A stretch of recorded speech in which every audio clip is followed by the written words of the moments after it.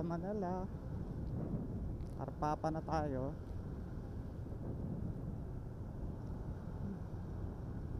Tignan natin kung gaano kalinis ang Manila ngayon kasi bumalik na si Yorme.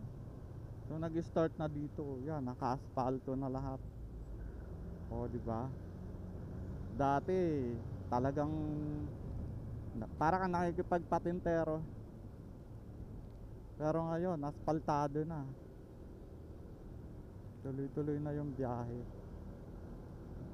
May mga part pa rin na ano niyan, may mga part pa rin na lubak. Pero siguro ginagawa na rin.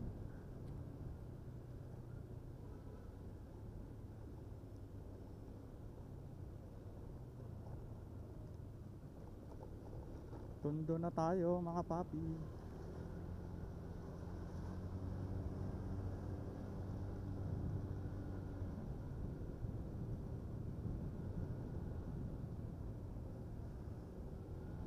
Tuloy lang.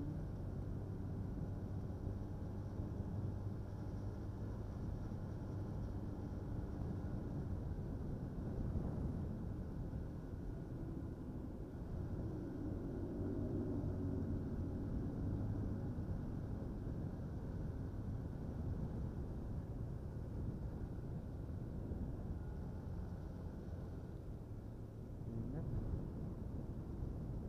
Ito tayo. Solis.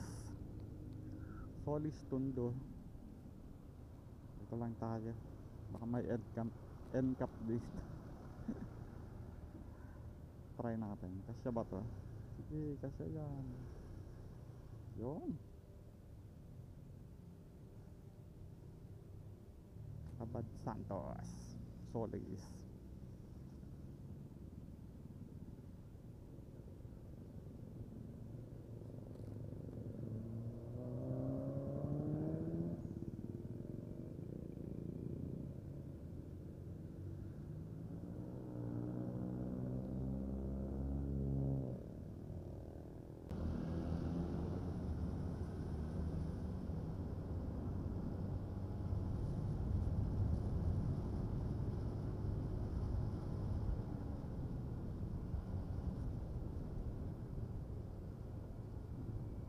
Abad Santos.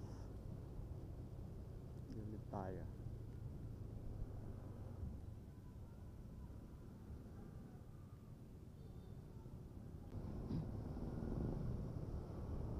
Wow. Solid dito oh. Solid yung daan. Ay, wag ka muna mag-blink. Ay, nako, inabutan tayo ng stoplight. Ay, gilid tayo para hindi masyado mainit.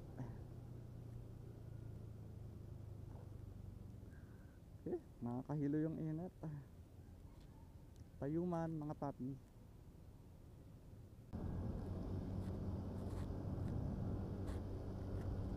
Yun. Sana hindi tayo abutan ng stoplight. Huli natin yan. Sarap bumiyahe dito.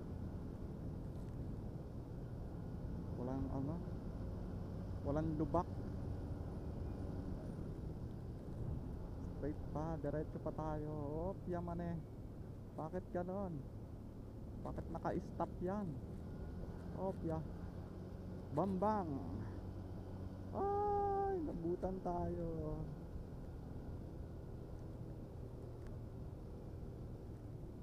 Wala naman to. Dito banda. Doon yan tayo sana. Ay, yun. Kaya pa yan. Nabuli natin. May halige. Woo! Oh, ito pa. Bulin pa natin to.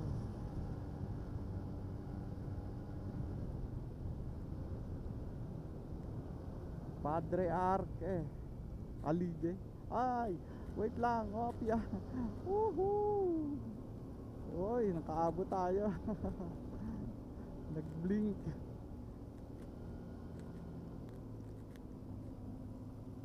Going to Divisoria na.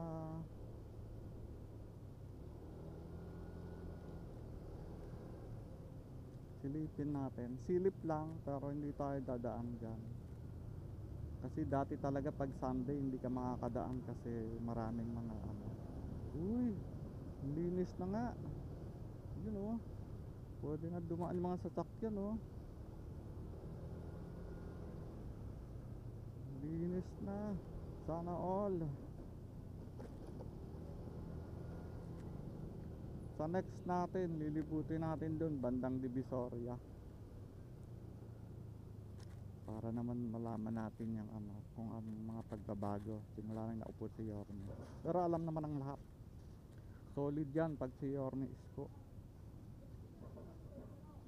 Chinatown na tayo.